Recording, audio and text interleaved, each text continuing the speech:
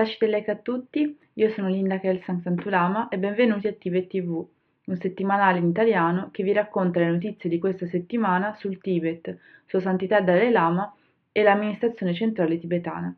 Diamo prima un'occhiata ai titoli principali delle notizie. Sua Santità Dalai Lama elogia l'Unione Europea per la pace nella regione. Sua Santità Dalai Lama presiede una serie di incontri e offre insegnamenti. La Kalmucchia dedica i tradizionali giochi nazionali a Sua Santità Dalai Lama. Riportata in superficie la notizia della morte di un tibetano per tortura cinese. La giornata mondiale della libertà di stampa ricorda Kunchok Jinpa e altri giornalisti tibetani.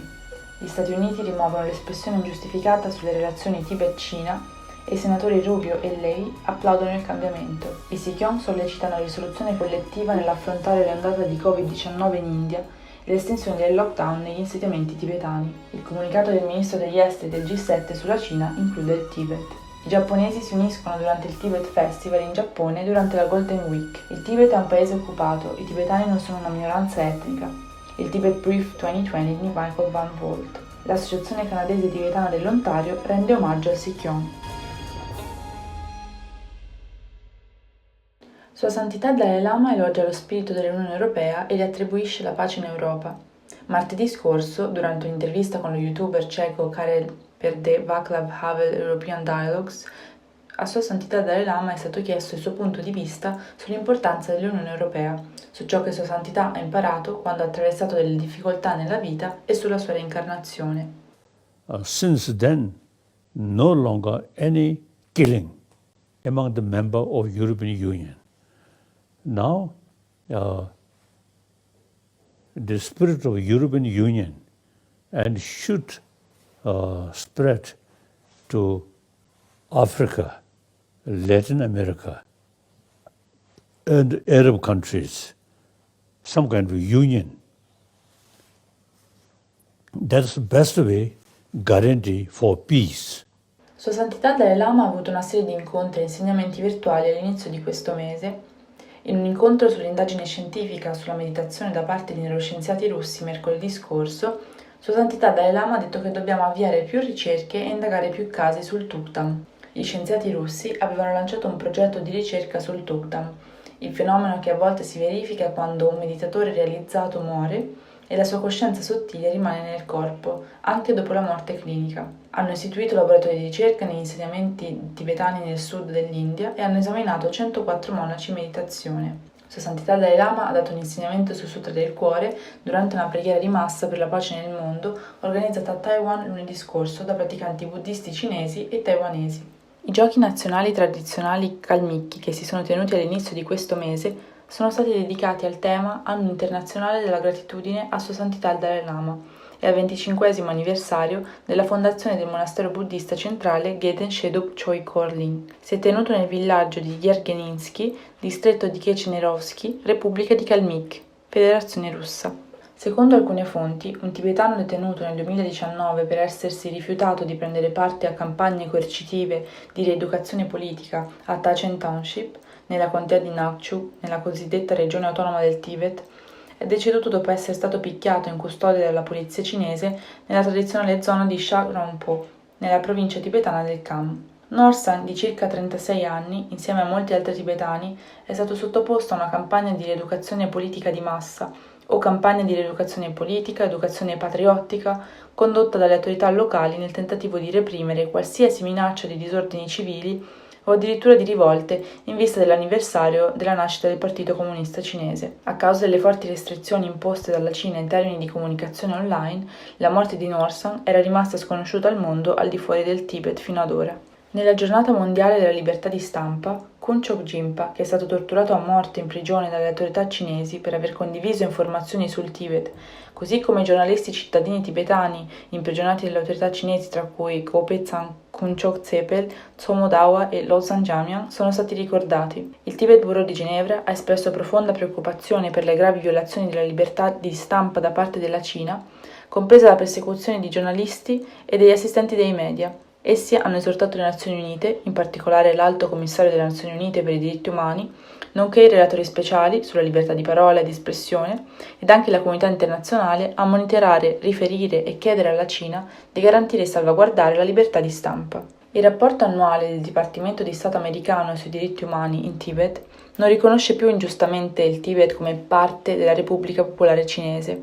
Il senatore Marco Rubio e il senatore Patrick Leahy, sponsor originale e co-sponsor del Tibetan Policy and Support Act, hanno inviato una lettera al segretario di Stato Anthony Blinken applaudendo la rimozione dell'espressione giustificata riguardante la politica degli Stati Uniti sulla relazione del Tibet con la Repubblica Popolare Cinese dal rapporto annuale sui diritti umani. Il Sikyong, Lawson Singhi, ha discusso sulla particolare questione con l'allora coordinatore speciale Robert Destro durante l'incontro dello scorso ottobre. Questo gradito cambiamento è il risultato della coerente campagna dell'Office of Tibet DC, dei gruppi di sostegno al Tibet e di altri soggetti. Il dottor Lawson Singhi ha richiesto un lockdown totale negli insediamenti tibetani in tutta l'India, dal 10 al 16 maggio a causa del preoccupante tasso di aumento delle infezioni da Covid-19. In un incontro con la stampa tenutosi giovedì scorso, il Sikyong ha parlato di mantenere uno sforzo collettivo e coordinato nell'affrontare la situazione Covid, fino a quando i vaccini saranno disponibili per tutti. Ha anche annunciato un budget aggiuntivo di 10 milioni di rupie stanziate e distribuite per gestire il Covid e il soccorso in insediamenti in tutta l'India, oltre ai 60 milioni già spesi dall'amministrazione centrale tibetana. I ministri degli esteri del G7 hanno condannato le violazioni dei diritti umani della Cina in Tibet in un comunicato di 12.400 parole sulla Cina. Il primo vertice del G7, ospitato dal Regno Unito dopo più di 2 anni, tenutosi dal 3 al 5 maggio a Londra, ha evidenziato alcune questioni geopolitiche critiche riguardanti la Cina e la Russia, sfide a livello globale, tra le quali la prevalente pandemia Covid-19 e il cambiamento climatico.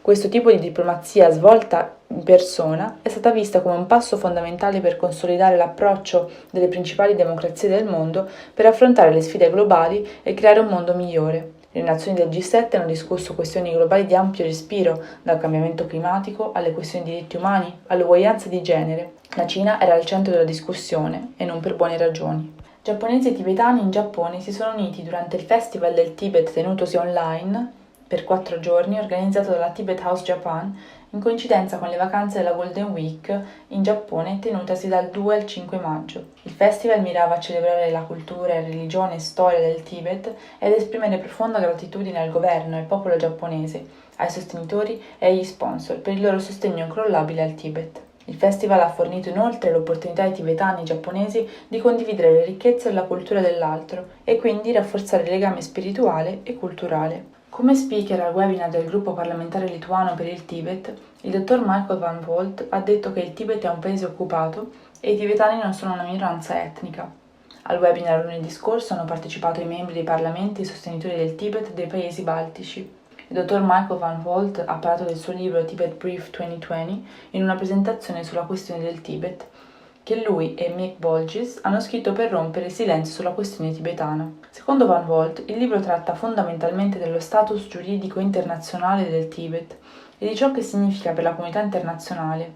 La Repubblica Popolare Cinese non ha sovranità sul Tibet e il Tibet è un paese occupato.